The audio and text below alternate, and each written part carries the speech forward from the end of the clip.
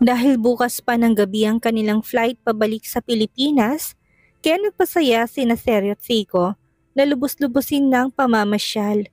Nagtungo sila sa famous na si Madame Tussauds at kumuha ng pictures sa mahigit 100 famous celebrity wax figurines. Nalikha nito mula kay Miss Universe 2015 Pia Wurtzbach, Ann Curtis, Miss Universe 2018 Catriona Gray, hanggang sa international pop sensation na si Ariana Grande. Matapos noon ay nagpunta na rin sila sa isa pang sikat na tourist destination sa Hong Kong, ng Ngongping 360 and Taiao Fishing Village, na kung saan kailangan mong may sumakay sa cable car at sa ilalim nila makikita mong mga fishing village na lugar at ang kultura ng mga to. Sakay ng cable car ay kitang-kita rin ang malaking Buddha statue ng Pauline Monastery. Masayang-masaya si Keisuke at Kiyomi habang nakasakay sa cable car at nakadungaw sa labas ng bintana. Samantalang si Seiko naman, hindi malaman ang gagawin at nakapikit lang ng mariin dahil takot siya sa matataas na lugar. Luckily, Seryo held her hand tightly as he hugged her with one arm, making her feel safe. "Are you okay, baby? Open your eyes. Ang ganda scenery sa baba." Masuyong pangungumbinsi ni Seryo sa babae sa kabahagyang pinisil ang kanyang palad. Kahit natatakot, sinunod ni Seiko ang sinabi ng lalaki. Dahan-dahan niyang minulat ang mga mata at saka tumingin sa glass floor. At kahit bahagyang nalula sa itaas noon na hindi niya maiwasang mamangha sa ganda ng tanawing nakikita sa ilalim ng umaandar na cable car. "It's breathtaking," asal niya habang mahigpit ang pagkahawak kay Seryo habang nakatingin sa ibaba. Somehow, nagawa niyang labanan ng takot dahil sa mainit na palad nito na dumadampi sa kanyang nanlalamig na kamay. "Yup, but you're still more breathtaking for me." Bulong ni Seryo sa kanyang tenga habang titig na titig sa kanya. Namumulang pisngi na nagangat ng tingin sa Seiko, nahihiya. "Stop it, you're teasing me again." Nakasimangot na sabi niya pero sa loob-loob ay kinilig siya ng mga sandaling yon. "Why? Masama ba magsabi ng totoo?" Nakangising sagot ni Seryo sa babae. "Right kids, your mom is so gorgeous." "That's right mommy, we're both gorgeous." Pulalas naman ni Kiyomi sabay lapis sa inat yumakap ng mahigpit. "How about you Keisuke? Is your mom gorgeous?" Tanong pa ni Seryo sa anak na nakayakap din sa kanyang mommy. "Yes po daddy, mom and Kiyomi are gorgeous." Segunda naman ni Keisuke. Nang marinig yon ay matamis na ngumiti si Seiko sa anak. "Thank you baby, come here. Mommy wants to hug you." Nakangiting wika ni Seiko sa paslit na mabilis namang lumapit sa kayong mapos.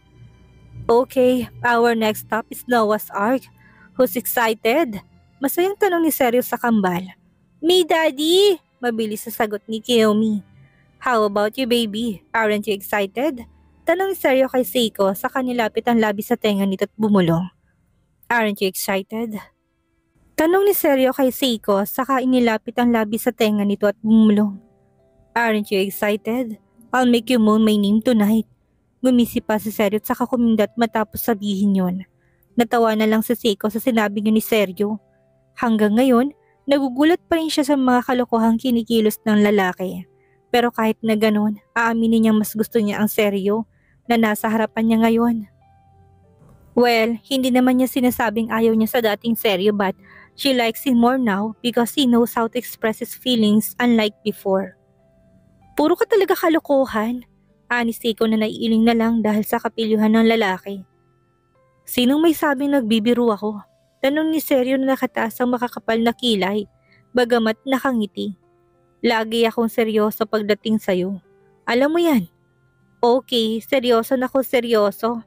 Natatawang tugon ni Seiko sa lalaki. "Bakit, hindi ba?"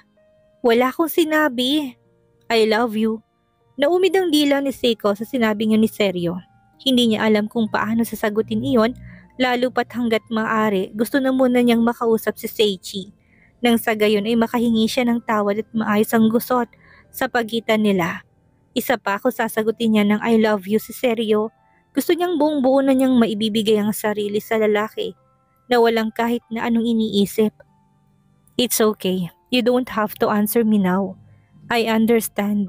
Gusto ko lang sabihin kung gaano kita kamahal. That's it.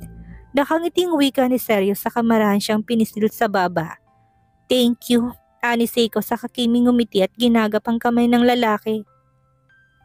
Nakaimpake ng lahat ng mga gamit at maleta na dadalhin nila Seiko at Seryo pa uwi.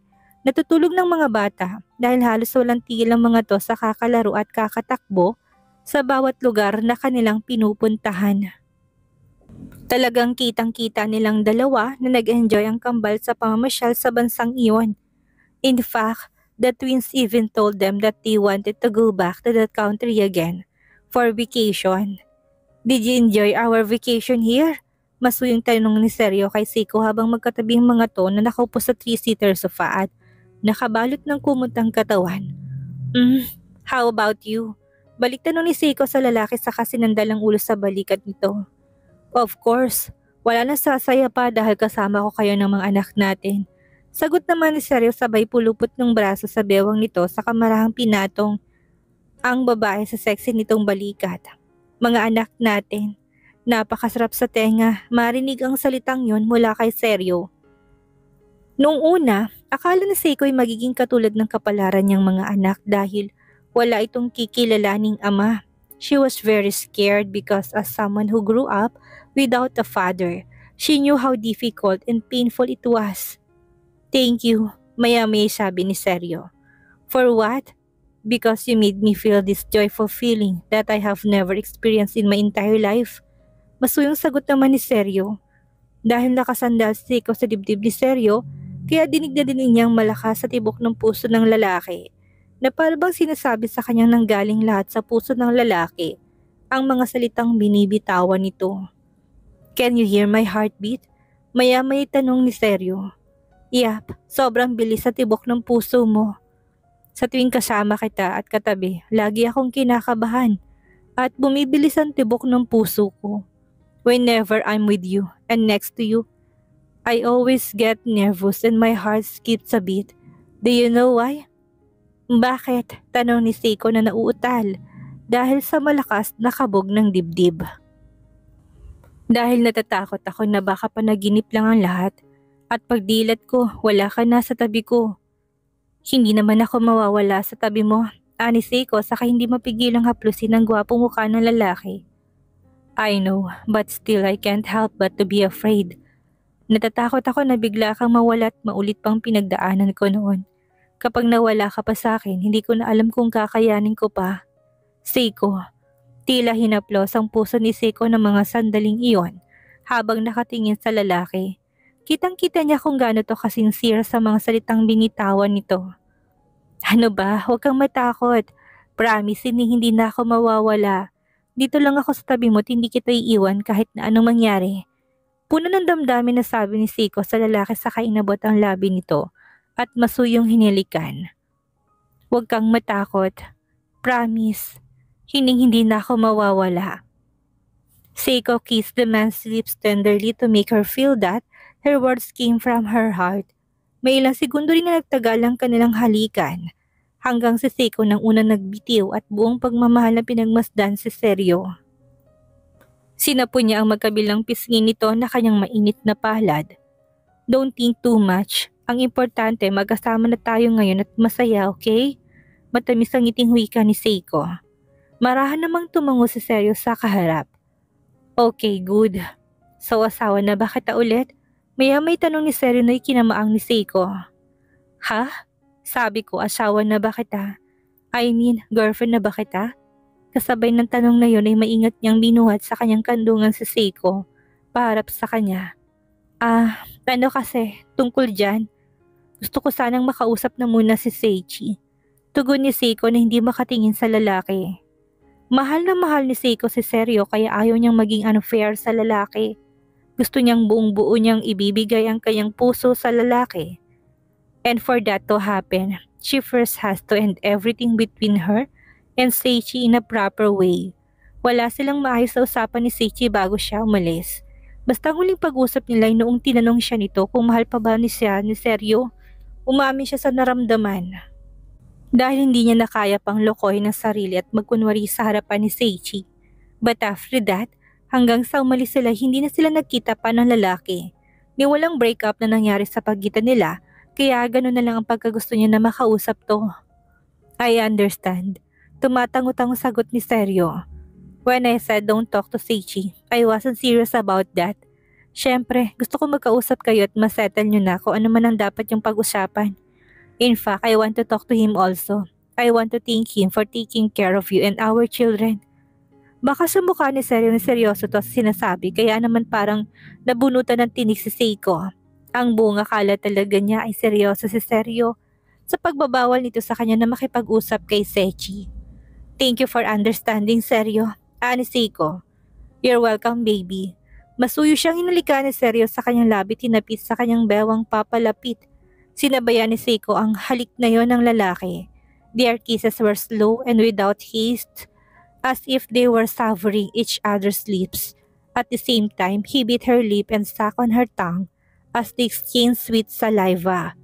Maya-may napaigtat si Seiko nang gumapang mga palad nito sa loob ng kanyang suot na pantulog.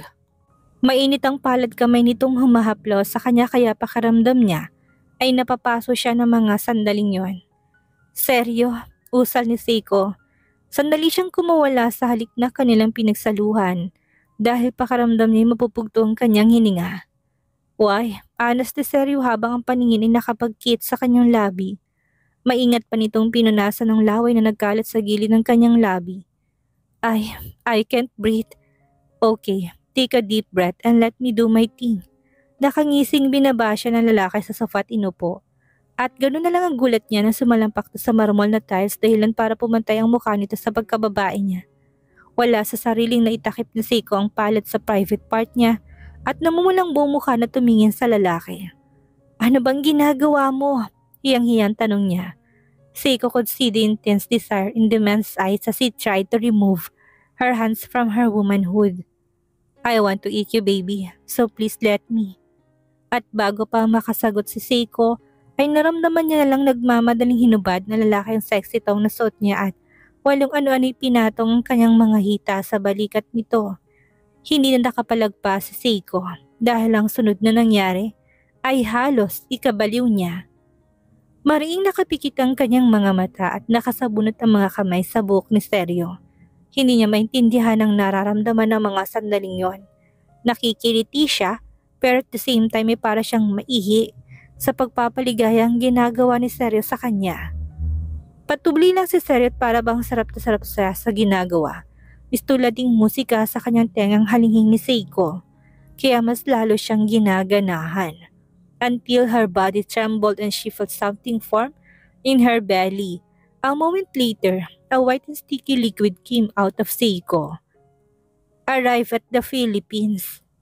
Nang makabalik sa Pilipinas kinabukasan, ay bumalik na kagad sa trabaho si Seiko at Seryo, habang ang mga bata naman ipatuloy sa homeschooling. Hindi pa nakikita si Seiko at Seichi at sa tingin niya iniwasan siya ng lalaki. Naintindihan niyang nararamdaman nito at nirespeto niyang gusto nito kaya hayaan na lang muna niya ang lalaki hanggang sa handa na itong makipag-usap sa kanya. Plano niyang mag-focus na muna sa project para sa summer edition na ilo-launch na sa susunod na araw. Nakahanda ng lahat ng pagpapasalamat siya sa kanyang mga tauhan na kahit isang linggo siyang wala ay nasa bakasyon ay hindi pinabayaan ng mga to ang kanilang mga trabaho. Dahil doon naisip niyang bigyan ng bonus sa mga to sa oras na maging successful ang project. Samantalang si Seryo naman ay nakatanggap ng masamang balita ng Reynoso Group ay unti-unti nang nababankrupt. Ayon pa kay Liam, may malaking pagkakautang ang kumpanya ng kanyang daddy sa Valdez Corporation na pagmamay-ari ni Almar Valdez na ama ni Ursula. Hindi alam ni Seryo kung paano nangyari yon, samantalang dati ang Reynoso Group ang humahawak sa kumpanya ng mga to. Nagutos siya kay Liam na mag-imbestiga kung may anomalya na nangyari sa pagitan ng dalawang kumpanya. Balak din niyang kausapin ang kanyang daddy at pilitin itong makipag-ayos nang sa ganon ay matulungan niya to para isalbang kumpanyang pinaghirapan nitong itaguyod. Alas 7 ng gabi na pero sa kumpanya pa si Seiko at tinatapos ang trabaho. Kailangan niya kasing i-check ng mabuting mga produkto bago niya ilabas sa merkado. Habang nag-aayos ng mga folder, isang text message ang natanggap ni Seiko. Kinuha niyang phone para alamin kung sino to pero isang unknown number ang galing ang text message na yon. At ganoon na lang ang pagkabog ng kanyang dibdib na mabasa kung ano laman ng message na yon. Be careful, Miss Inoue. Turn off the lights in your office and don't stay out late. Kung ayaw mo umuwing malamig na bangkay sa pamilya mo. Halos may hagi sa Seiko ang phone ng mabasang text message na yon. Death threat ba yon? Pero sino naman kayang posibleng may galit sa kanya? Sa pagkakaalam niya, matagal nang patay si Elias na makasamahan nito sa Research Institute ay nasistensyahan na. Who could be threatening her life this time? Mabilis na tumayo si Seiko at sumilip sa glass window kahit pa nanginginig ang kanyang kamay at tuhod. Pero dahil 7 PM pa lang yun at marami pang tao sa kalsada kaya malabo niya matukoy kung sino kahina-hinala sa mga to. But if her suspicions were correct, her stalker was just around because otherwise, how would he know she was still in the office at those hours? Hindi rin alam ni Seiko kung may empleyado pang nandun sa kumpanya ng mga oras na yon. Hanggang 5 PM lang kanilang office hours, kaya kanina pa niya pinauwi ang mga to, maging ang sekretary niya si Aliyah.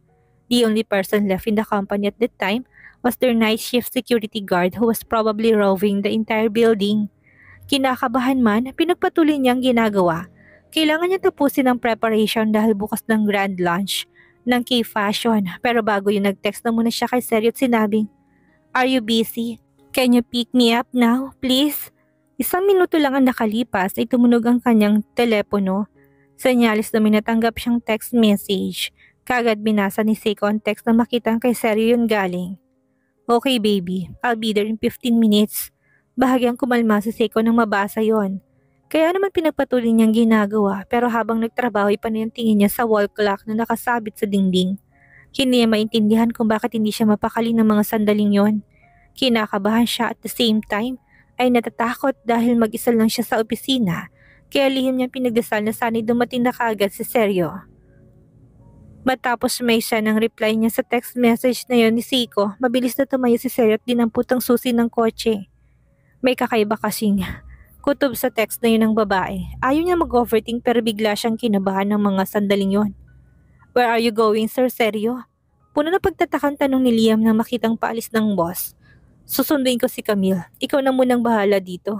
Ani Seryo sa mabilis na tumalikod at tumiretso sa parking lot ng kumpanya. Dahil day off ng kanyang driver, si Seryo magdadrive ng sariling sasakyan. Nagmamadali siyang sumakay sa kotse at pinaniobra paalis sa lugar na yon. Pinaharurot ni Seryo yung sasakyan upang makarating kaagad kay Seiko. Natatakot kasi siya na baka tamang kanyang kutob at may mangyaring masama sa babae. Dahil rush hour pa ng mga oras na yon at maraming nagsisiuwi, kaya pansamantalang na-stuck si Seryo sa gitna ng traffic. Nang tumingin siya sa wristwatch, mariin siyang napamura na makitang hindi siya aabot sa oras na ibinigay niya kay Seiko. Dahil walang pagpilian, habang naghihintay ng musad ang traffic, dinukot niya ang phone para tawagan ng babae pero halos madurog ang phone na hawak niya na makitang na-drain ang battery nito. What the heck? Marinamura niya saka naihilamos ang palad sa muka. Hindi talaga maganda ang kanyang kutob ng mga sandaling yon. Nag-aalala siya na baka kumikilos na si Mr. Chow at naghahanap lang ng tiyempo para madukot si Camille. Pinagsusuntok ni Seryo ang busina dahil sa sobrang galit niya na hindi pa umusad ang traffic. Wala siyang pakialam kung magreklamo man ng mga katabi niyang motorista. Ang tanging mahalaga lang sa kanya ay makaalis sa gitna na nagsisisikang kalsada. Hanggang sa wakas ay nagumpisa na ring umusad ang mga sasakyan at nang makahanap ng maluwang na kalsada ay pinaharurot ni Seryo ang kotse. Wala siyang pakialam kung magkaroon man siya ng violation sa overspeeding. Ang tanging mahalaga lang sa kanya makarating kaagad kay Seiko. Pagdating sa intersection, sa halip na huminto ay pinaharurot ni Seryo ang sasakyan. Dahilan para hindi niya mapansin ang motorsiklo mabilis din ang takbo patungo sa direksyon niya. Mabilis na ikabig ni Seryo ang manibela ng sasakyan upang iwasang mabangga ang motorsiklong kasalubong pero dahil sa bilis ng kanyang takbo ay nawalan siya ng kontrol at bumangga siya sa concrete barrier. 30 minutes nang nakakalipas pero walang Seryo na dumating. Kaya nagpa siya na si Seiko na kunin ang phone para tignan kung may text message ang lalaki. Nakaligtaan niya lang basahin pero nanlumo siya nang makitang walang new message ang naka-indicate sa kanyang inbox. Pasado 8:00 na ng gabi kaya nag-decide na si Seiko na ligpitin ang mga gamit at umuwi. Polishing na lang naman ang kailangan niyang gawin at kayang-kaya niya na yun na gawin bukas. She didn't want to stay in the office any longer because she felt like there were eyes watching her from somewhere. Napaparanoid na nga siguro siya dahil sa nabasang death threat, pero gusto na talaga niyang umuwi dahil natatakot siya na mag-isa. Mabilis na sila ng ni Seiko ang mga folder at pinatay ang laptop. Pagkatapos ay tumayo na siya sa swivel chair at sinukpit sa balikat ang shoulder bag. Subalit nang eksaktong patungo na siya sa glass door ng opisina, ay biglang nag-shutdown ng kuryente at nagdilim ang paligid. Sa pagkabigla ni Seiko ay nanigas siya sa kinatayuan at hindi malaman ang gagawin. Ilang segundo na munang nakalipas bago bumalik sa wisyo si Seiko. Nanginginig sa takot na binuksan niya ang pinto ng opisina kahit pa siya. Pero ngayon na lang ang palalaki ng kanyang mga mata na makitang isang figura ng tao sa labas ng pinto at para bang nakatingin sa kanya. Hindi niya makita ang mukha nito dahil sa madilim na paligid. Nahintakutan si Seiko kaya sa halip na buksan ng pinto ay nilak niya yon para hindi makapasok kung sino mang nasa labas. At saka siya nagtago sa ilalim ng kanyang desk. Takot na takot si Seiko at napakabilis na tibok ng kanyang puso na para bang gustong tumalon palabas sa kanyang dibdib. Hindi rin niya magawang tumingin sa pinto dahil nakita niyang pilit itong binubuksan yon. Gusto niya sanang sumigaw at tumingin ng saklolo para marinig siya ng security guard pero naalala niyang soundproof palang opisina niya. Pero sa kabila ng matinding takot ng mga sandaling yon, pilit na kinuha ni Seiko ang phone at tinawagan si Seryo. Pero ganun na lang panlulumo niya nang marinig na out of coverage ang linya ng telepono nito. Takot na takot si Seiko at umatras na siya ng kanyang dila dahil sa pagkasindak na makitang biglang nabuksan ng lalaki ang glass door at sumugod papalapit sa desk kung saan siya nagtatago. At halos mapugto ang kanyang hininga dahil sa matinding pagkasindak nang hawakan siya nito sa kanyang braso. Ano ba? Bitawan mo ko! Hayop ka! Tili ni Seiko at saka nagpumigla siya sa pagkahawak nito. Hey, it's me. What happened to you? Anong pamilyar na boses? At kasabay ng pagliwanag ng paligid ay tumambad kay Seiko mukha ng lalaki na sa harapan niya. Ikaw?